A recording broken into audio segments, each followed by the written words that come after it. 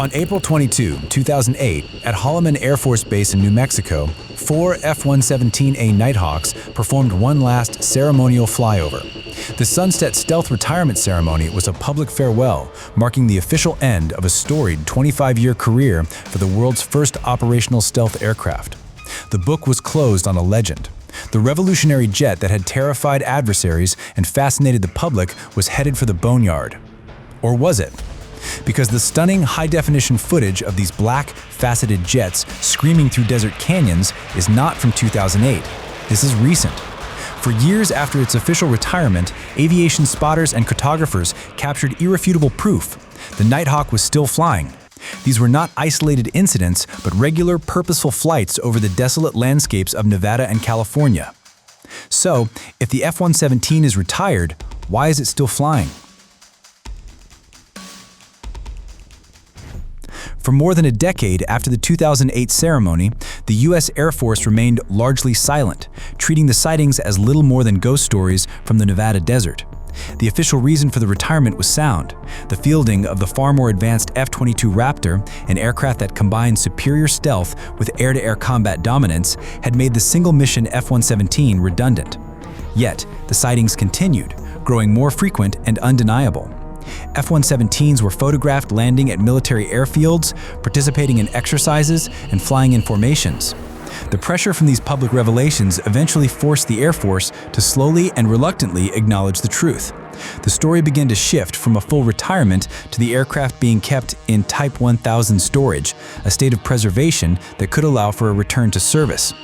This was later clarified to be a flying hold status, meaning a number of the jets were kept fully operational, with regular maintenance, engine runs, and flights ready to be deployed if needed.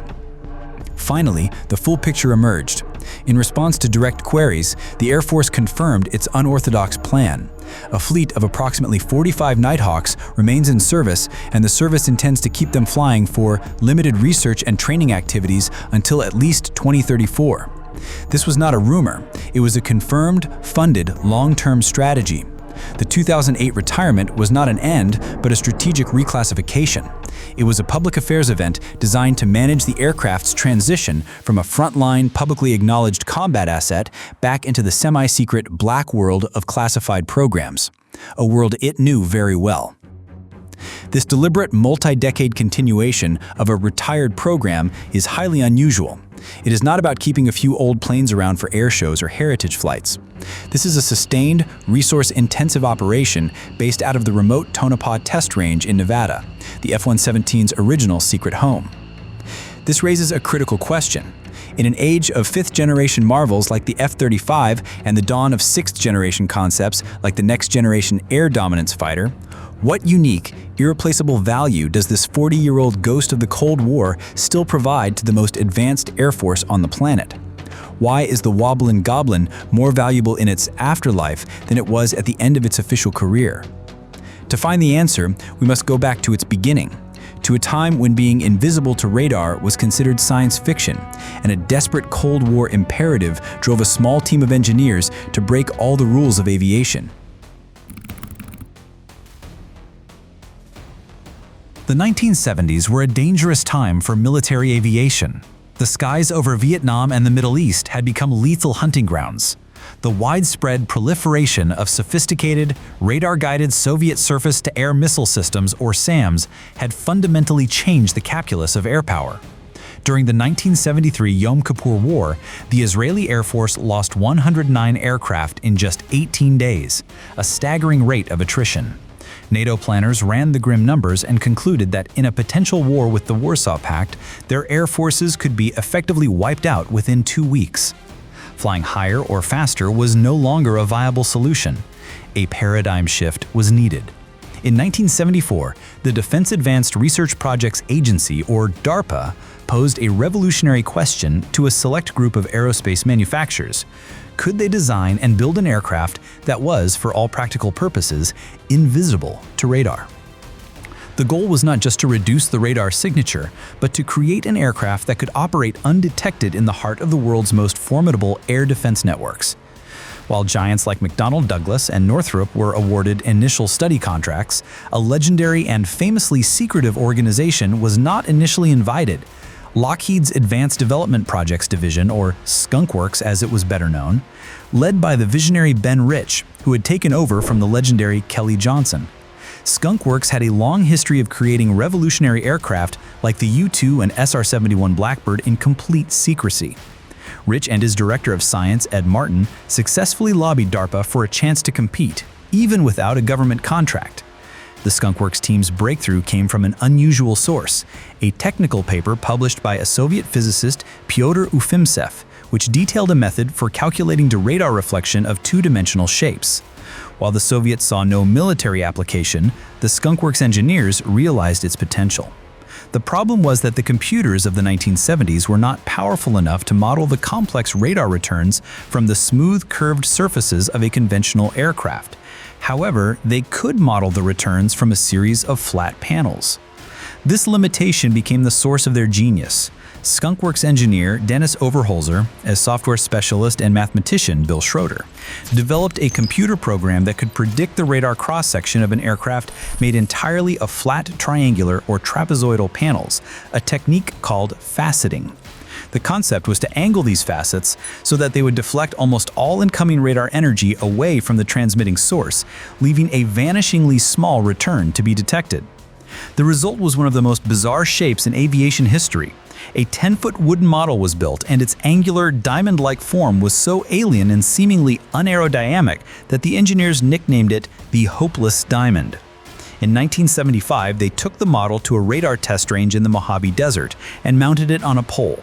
The test was a breathtaking success. The legend, recounted by Ben Rich himself, is that the radar operator could not detect the massive model on his screen at all. He only knew he was pointed in the right direction when a bird landed on top of the model and the radar picked up the bird. This incredible demonstration led Lockheed winning the Have Blue contract in April 1976 to build two proof-of-concept demonstrators. Built under budget for a combined $35 million, the two Have Blue aircraft proved that the radical, faceted design could actually fly, paving the way for the full-scale production contract for the F-117, codenamed Senior Trend. The F-117 Stealth was not the result of a single technology, but a carefully integrated system of solutions designed to defeat what Lockheed engineers identified as the 7 deadly signatures, including radar, infrared, and acoustics. This was achieved through 4 primary layers of low observable technology. The most defining feature of the F-117 is its faceted airframe. This design was a direct consequence of the limited computing power of its era. Unable to calculate the radar returns of curves, engineers used a collection of flat panels, each precisely angled to scatter radar waves like a shattered mirror, ensuring that very little energy was reflected back to the enemy's receiver. This radical approach came at a steep aerodynamic cost. The aircraft was inherently unstable in all 3 axes, pitch, roll, and yaw, and was utterly unflyable without constant, minute adjustments from a complex, quadruple-redundant fly-by-wire flight control system, a technology adapted from the F-16 fighter. This instability is what earned it the affectionate but telling nickname Wobblin Goblin from its pilots. To deal with any radar energy that wasn't deflected by its shape, the F-117 was coated in a top-secret radar-absorbent material, or RAM. This material, which weighed nearly a ton, was composed of ferrite particles and other elements suspended in a polymer base. It was applied in flexible, linoleum-like sheets that were painstakingly cut to fit each panel and glued into place. The tiny gaps between the sheets were filled with a putty-like substance the maintainers called butter to ensure a continuous, absorbent surface. Maintaining this delicate and sensitive skin was an operational nightmare. Early in the program, the jets required an astonishing 113 hours of maintenance for every hour they flew, with the stealth coatings being the primary culprit. Even a small crack could create a hotspot that would light up an enemy radar screen. Stealth is more than just fooling radar. The F-117 also had to hide its intense heat signature from infrared sensors and heat-seeking missiles. It accomplished this by using 2 General Electric F-404 turbofan engines without afterburners, which would have created a massive plume of fire.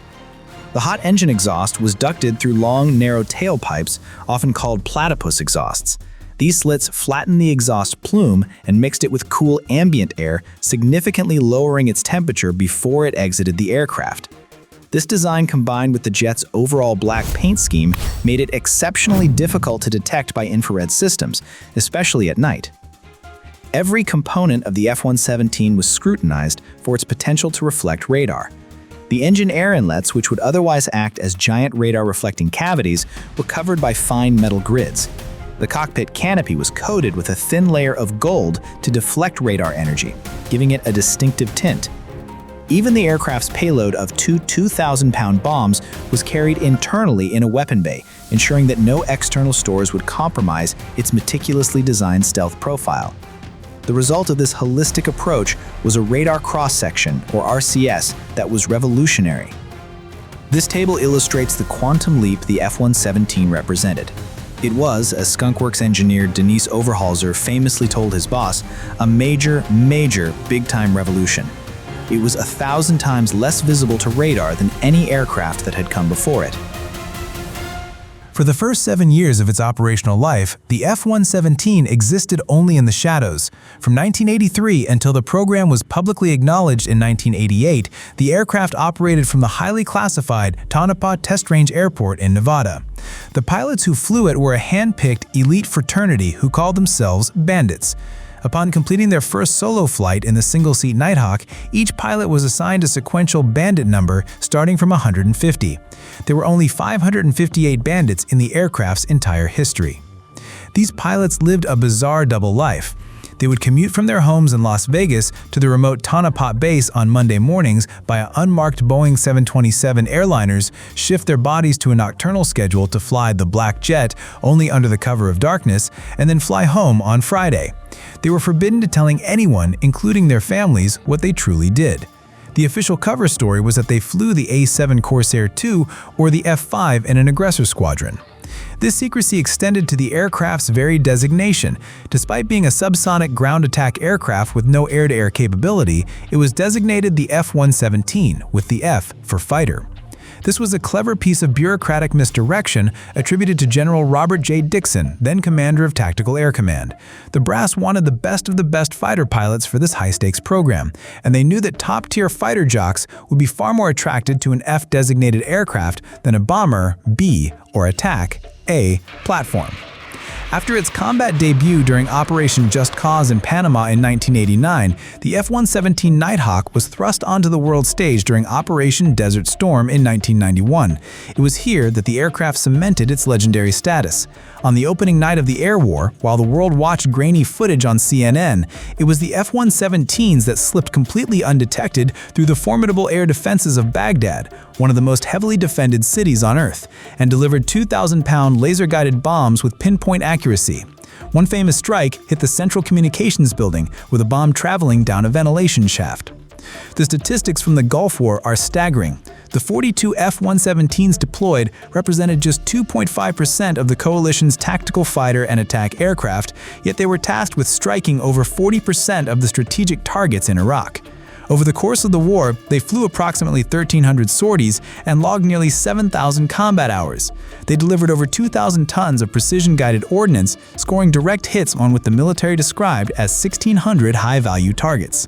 Most remarkably, in this intense combat environment, not a single F-117 was lost or even hit by enemy fire.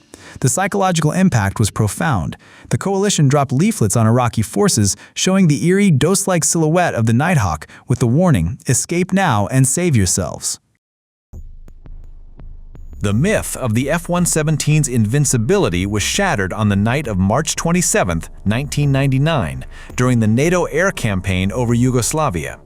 F-117A, serial number 820806, call signed Vega 31, was shot down by a Serbian Army SA-3 Goa missile battery. It was the first and only time a stealth aircraft has ever been lost to enemy fire.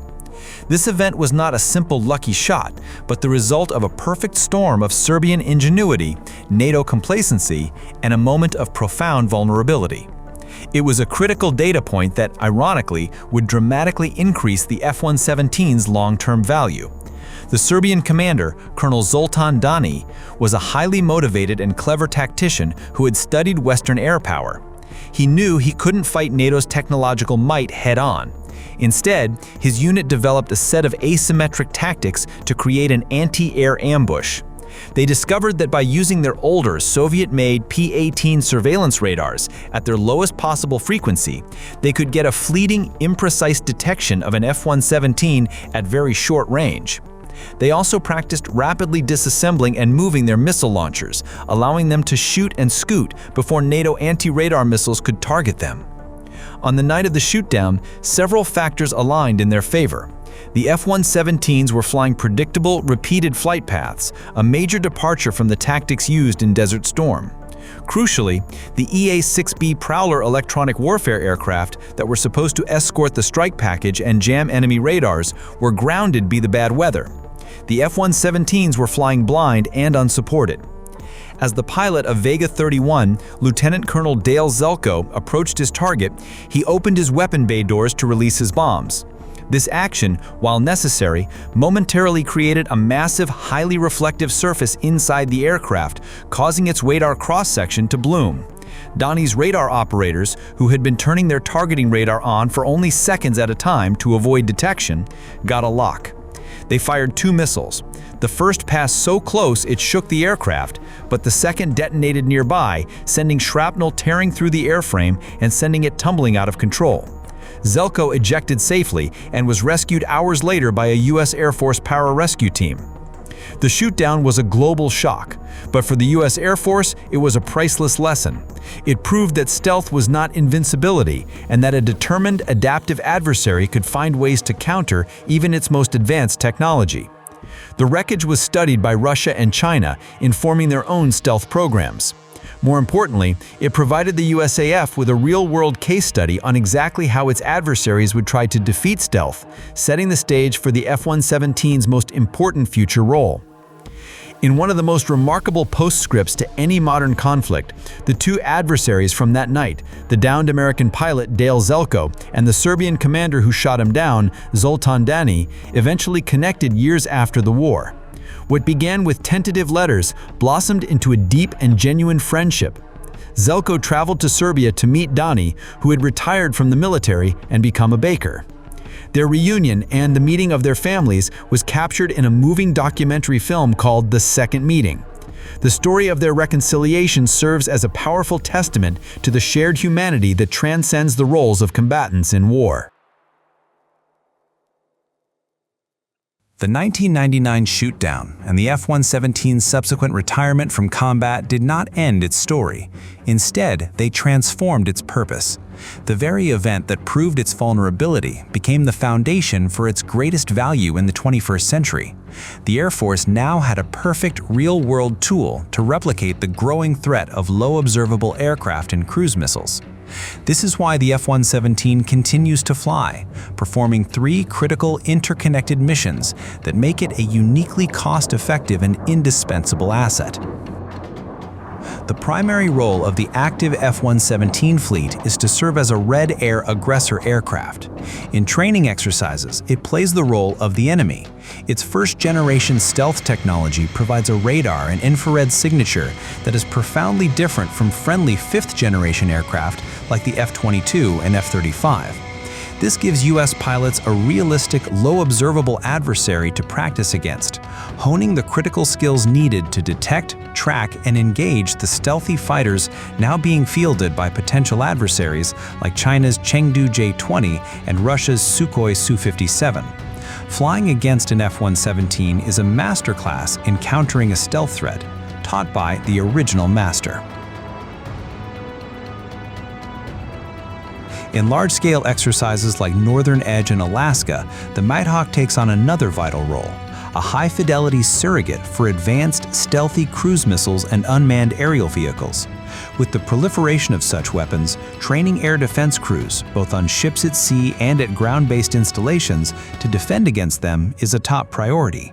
The F-117, with its tiny radar cross-section, can mimic the flight profiles and signature of these threats with a level of realism that a simulated blip on a screen could never achieve. It provides invaluable live training for the entire defensive network. Perhaps the most crucial and secretive of its current missions is serving as a research and development test bed. The F-117 is a cost-effective, low-risk platform for testing and validating new, highly classified technologies. This can include next-generation radar-absorbent coatings, advanced infrared sensors, new electronic warfare systems, and potentially even autonomous flight control software. Using a retired F-117 for this work means the Air Force doesn't have to risk a vastly more expensive and operationally critical F-35 or F-22, which can cost over $100,000 per flight hour. The lessons learned from these tests on the Nighthawk are directly informing the development of America's next-generation combat aircraft, including the secreted Next Generation Air Dominance Program, or NGAD. The continued service of the F-117 is a masterstroke of military pragmatism. In an era of skyrocketing defense budgets, the Air Force is leveraging an existing, paid-for asset to fill critical training and R&D gaps that would otherwise require a new multi-billion-dollar program. The development and procurement costs of the Nighthawk are sunk. While its maintenance is intensive, the overall cost of using it for these niche but vital roles is a fraction of any alternative. The Nighthawk's second life, however, is finite. The Air Force's plan to operate the fleet until 2034 signals the final chapter. The logistical challenges are mounting. Production of the F-117 ceased in 1990, meaning there are no new airframes, and spare parts are increasingly scarce and difficult to source. The delicate stealth coatings and aging systems require specialized, intensive maintenance. The Air Force Test Center search for a contractor to provide logistics and maintenance support for the final decade of service is a clear indicator that the program is winding down for good. As the fleet is slowly drawn down, the legendary jets are embarking on their final journey. One by one, airframes are selected for preservation. They undergo a painstaking demilitarization process to remove all classified technologies and sensitive materials before being transferred to museums across the United States, where they transform from secret weapons into public artifacts. This allows the public to see these once mythical machines up close. Iconic aircraft like Unexpected Guest, SN 820803, are now on permanent display at the Ronald Reagan Presidential Library.